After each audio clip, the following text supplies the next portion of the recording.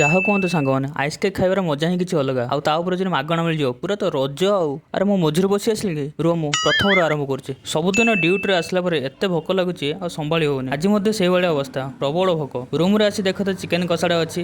ମୁଁ ପୁରା ମନେ ମନେ ଖୁସି ଆଉ ସାଙ୍ଗେ ସାଙ୍ଗେ ଭାବିଲି ମୁଢି ସହିତ ଚିକେନଟା ଖାଇଦେବି ଆଉ। ମୁଢି ଖୋଜିଲା ବେଳକୁ ମୁଢି ନାହିଁ, ସରିଯାଇଛି। ପୁଣି ସାଙ୍ଗେ ସାଙ୍ଗେ ଅଟା ଦଳିକି ରୁଟି ବନେଇଲି, ତାପରେ ଗାବୁ ଗାବୁରି ଖାଇଲି। ଓହ ଚିକେନ କଷାଟା ଦେଖୁଛୁ ତ, ଦେଖୁଥାଅ ମୁଁ ଏପଟେ ଖାଇଦିଏ। ଖାଇସାରିଲା ପରେ ବାଲକୁନି ଟିକେ ଟହଲ ମାରଲି, ତାପରେ ଆମେ ମାର୍କେଟ ଗଲୁ ଗୋଟେ ଡ୍ରେସ୍ ଆଣିବା ପାଇଁ। କାହିଁକିନା ଆଜି ଆମ ରୁମରେ ଜଣେ ନୂଆ ଲୋକ ଜଏନ୍ କରୁଛନ୍ତି ଆଉ ତାଙ୍କର ଆଜି ହିଁ ଜନ୍ମଦିନ। ତାହେଲେ ଆଜି ପୁରା ଜମିଲା ଆଉ। ଡ୍ରେସ୍ କିଣିବା ସରିବା ପରେ ଆମେ ଗଲୁ କେକ୍ ଦୋକାନ କିଣିବା ପାଇଁ। ନର୍ମାଲ କେକ୍ ସବୁ ଏତେ ଖାସ୍ ଲାଗୁନଥିଲା, ତାପରେ ଆମେ ନଜର ପଡ଼ିଲା ଆଇସ୍ କେକ୍ ଉପରେ। ବ୍ଲାକ୍ ଫରେଷ୍ଟର ଗୋଟେ ଆଇସ୍ କେକ୍ ନେଇକି ଆସିଲୁ। ସାଜସଜା ପରେ କେକ୍ କଟିଂ ହେଲା। କ୍ୟାଣ୍ଡେଲଟା ସିଏ ଲିଭେଇବେ କଣ ମୁଁ ଲିଭେଇଲି। ଜଲ୍ଦି କାଟିଲେ ସିନା ପୁଣି କେକ୍ଟା ଖିଆ ହବ। ଯାହା କୁହ ଆଇସ୍ କେକ୍ର ଟେଷ୍ଟଟା ମସ୍ତ। ଥଣ୍ଡା ଥଣ୍ଡା ଲାଗୁଥିବ, ପାଟିରେ ପକେଇବ ପୁରା ବଢିଆ ଲାଗିବ। ମତେ ବ୍ଲାକ୍ ଫରେଷ୍ଟର କେକ୍ଟା ବହୁତ ଭଲ ଲାଗେ। ହଉ ସେତିକି ଥାଉ, ଏବେ ଚାଲ ଡ୍ୟାନ୍ସ କରିବା। କୋଉ ଗୀତ ଆରେ ଗୋଟେ ଭୋଜପୁରୀ ଲଗାଅ।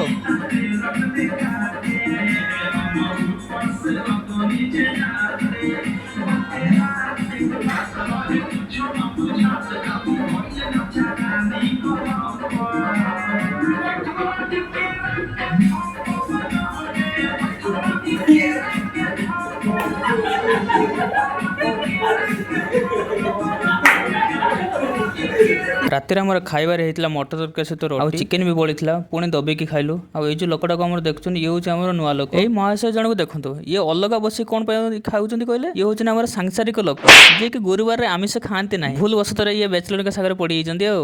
ଆମର କଣ ଅଛି, ଆମେ ତ ସବୁ ଖାଇଯିବା ଲୋକ ଆଉ।